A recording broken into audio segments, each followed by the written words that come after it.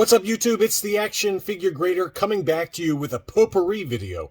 I wanted to clean out my watch list of items that had sold, and we've got everything from trading cards to CGC graded comics to vintage Star Wars stuff, all in one video because I needed to clean out my watch list. It had just gotten out of control, and a number of items had closed here recently. So, as always, thanks to my Patreon supporters. You guys make this channel happen. You guys get my videos 24 hours early. And if you're interested, it's patreon.com/actionfiguregrader.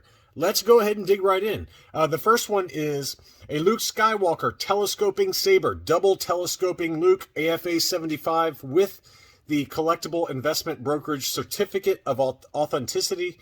And it was at auction starting at $900, but it did allow for a make an offer. And someone offered $1,000, and that offer was accepted. So this AFA 75 Luke sold for $1,000 plus $20 shipping. Pretty fair price, I think. You know, just given what DT Lukes have done over the last 6 months to a year.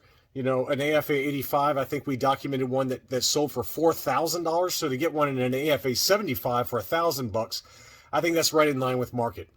Next up, this seller, Probstein123. I've talked about this seller before. It's someone I bought from in the past, and they do have great PSA graded trading cards.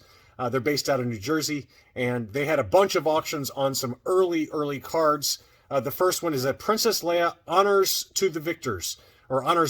And, you know, this is obviously from the Yavin ceremony. PSA 9. That one sold for $93 plus $5 shipping in an auction. The next one is Luke Skywalker's home, and it shows Luke along with Uncle Owen exiting the farmstead. PSA 9, that one sold for $68.77 plus $5 shipping. It's an okay card. I mean, it's a little bit blurry, but, you know, pretty cool. Anything with Luke on the cover of the card from a 1977 card, I mean, that's a pretty great item. Next up, beautiful card of Deadly Blasters, and it shows 3 stormtroopers entering the arena of battle. PSA 9, that one sold for $53.77. Great deal on that card. Just a great looking card there. So there are some good deals to still be had for very high grade PSA cards for a very reasonable price, and that's a nice example of one. This is a beautiful card too. This is called Danger from All Sides, and this is when Luke and Leia were getting ready to rappel inside the Death Star. Again, a PSA 9. That one sold for $52 plus $5 shipping. Great deal there, I think, on that card. It shows kind of a blaster bolt hitting the wall there as they try to escape.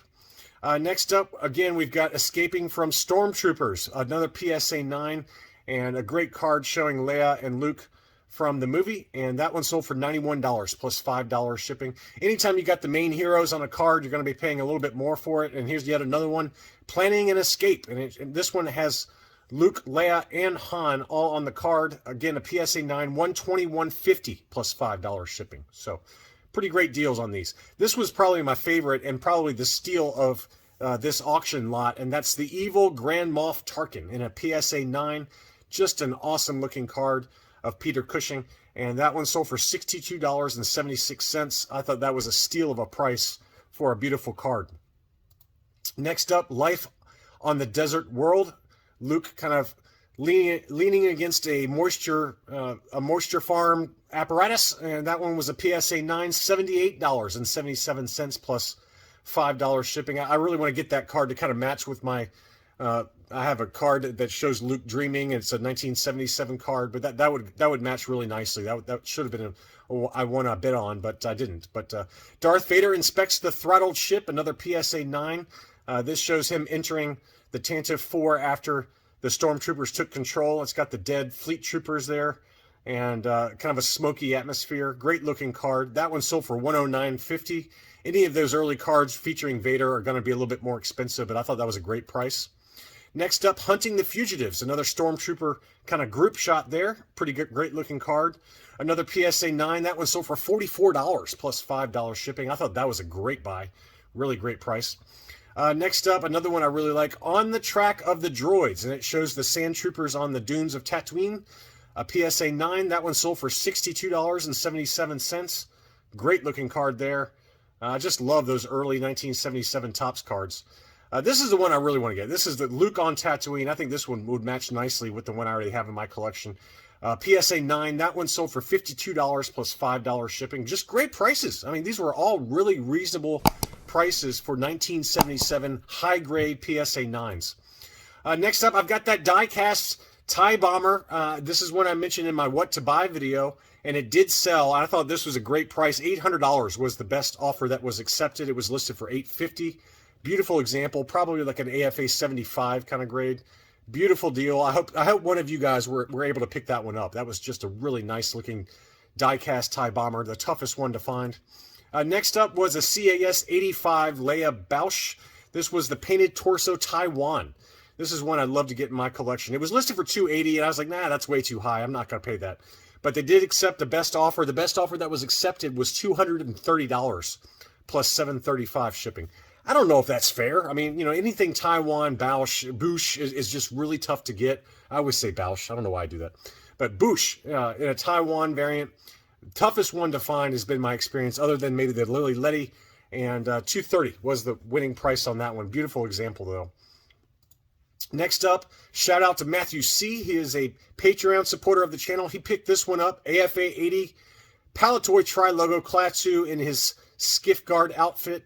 That one was listed for $375 plus $20 shipping, and it was unpunched. Beautiful card, beautiful blister, great condition. Congratulations to Matthew C. on that one. That was a really nice example, and I think that was a very fair deal. He consulted me on this one. I don't know why you're trusting me on anything, but he did reach out to me and say, hey, is this a fair buy? And I said, I don't know. I know that I would pay it. I know that I would personally pay that. If I was in the market for one, I think that was a very fair price for a high-grade Palatoy Tri-Logo. It's just tough to find any Palatoy Tri-Logo because of those blisters in very high grade. So $375 plus $20 shipping. I thought that was fair. Next up, I've got some CGC graded autograph comics. This one was signed by Barry Lowen. He was the stunt double for Din Djarin in the Mandalorian series, and he signed the Mandalorian #1. This is the movie cover variant, and this was a CGC 9.8 yellow series label, and this one sold in an auction for $156.50 plus shipping. That's a beautiful cover. Always cool to have something signed by one of the actors or stunt doubles, and that's the case here. He also signed this one. I love this one because the marker color that he used to sign it matches the name pill. And this is the John Tyler Christopher action figure variant for the Mandalorian #1. That one sold for $192.50. I thought that was a great buy. Beautiful, beautiful comic, and I love that color. Next up, Billy D. Williams signed John Tyler Christopher action figure Lando #1 in a CGC 9.8 yellow series label. $187.50. Took that one home plus shipping. Next up, this is one I think I had in my What to Buy video. Nick Maley, he's kind of like the designer for Yoda. He signed this awesome Sprouse cover variant. Really awesome cover there. That one, again, was a yellow series 9.8. That one sold for $108.49 plus $15 shipping. That's a great buy. That's a great buy right there. Congratulations. And then I love this one as well. This was signed by Kerry Jones, who was the actor that played Black Chrysanthemum in the Book of Boba Fett. Fantastic cover. This is the Laraka Virgin Edition for Crimson Reign #3 in a CGC 9.8. I love that cover. Absolutely love it. And that one sold for $150 plus $15 shipping in an auction. Next up, Spencer Wilding autographed Darth Vader #19. Spencer Wilding played Darth Vader in Rogue One. He's a really big guy. He's like 6'7". And great cover, signed by the actor. Just an awesome, awesome book. That one sold for $152.50. I thought that was a great buy as well. Really good pickup, fair price. And this one was incredible. This was a custom painted sketch by Nick Justice, signed by Rupert Friend, who obviously played the Grand Inquisitor in the Obi-Wan series, but this is a custom one-of-one sketch cover. So this is an actual piece of art, and it also signed by the actor. And just an awesome-looking book, CGC 9.8. Look how beautiful that is. That one sold for $159.50. I mean, to get a one-of-one cover art also signed by the actor who played the Grand Inquisitor in the Obi-Wan series for $159.50, in a CGC 9.8, that is an awesome deal. Awesome deal. And then finally, I've got Age of the Republic #1, or Age of the Republic Darth Maul #1, signed by Ray Park, who obviously played Darth Maul in the prequel trilogy, or at least in The Phantom Menace.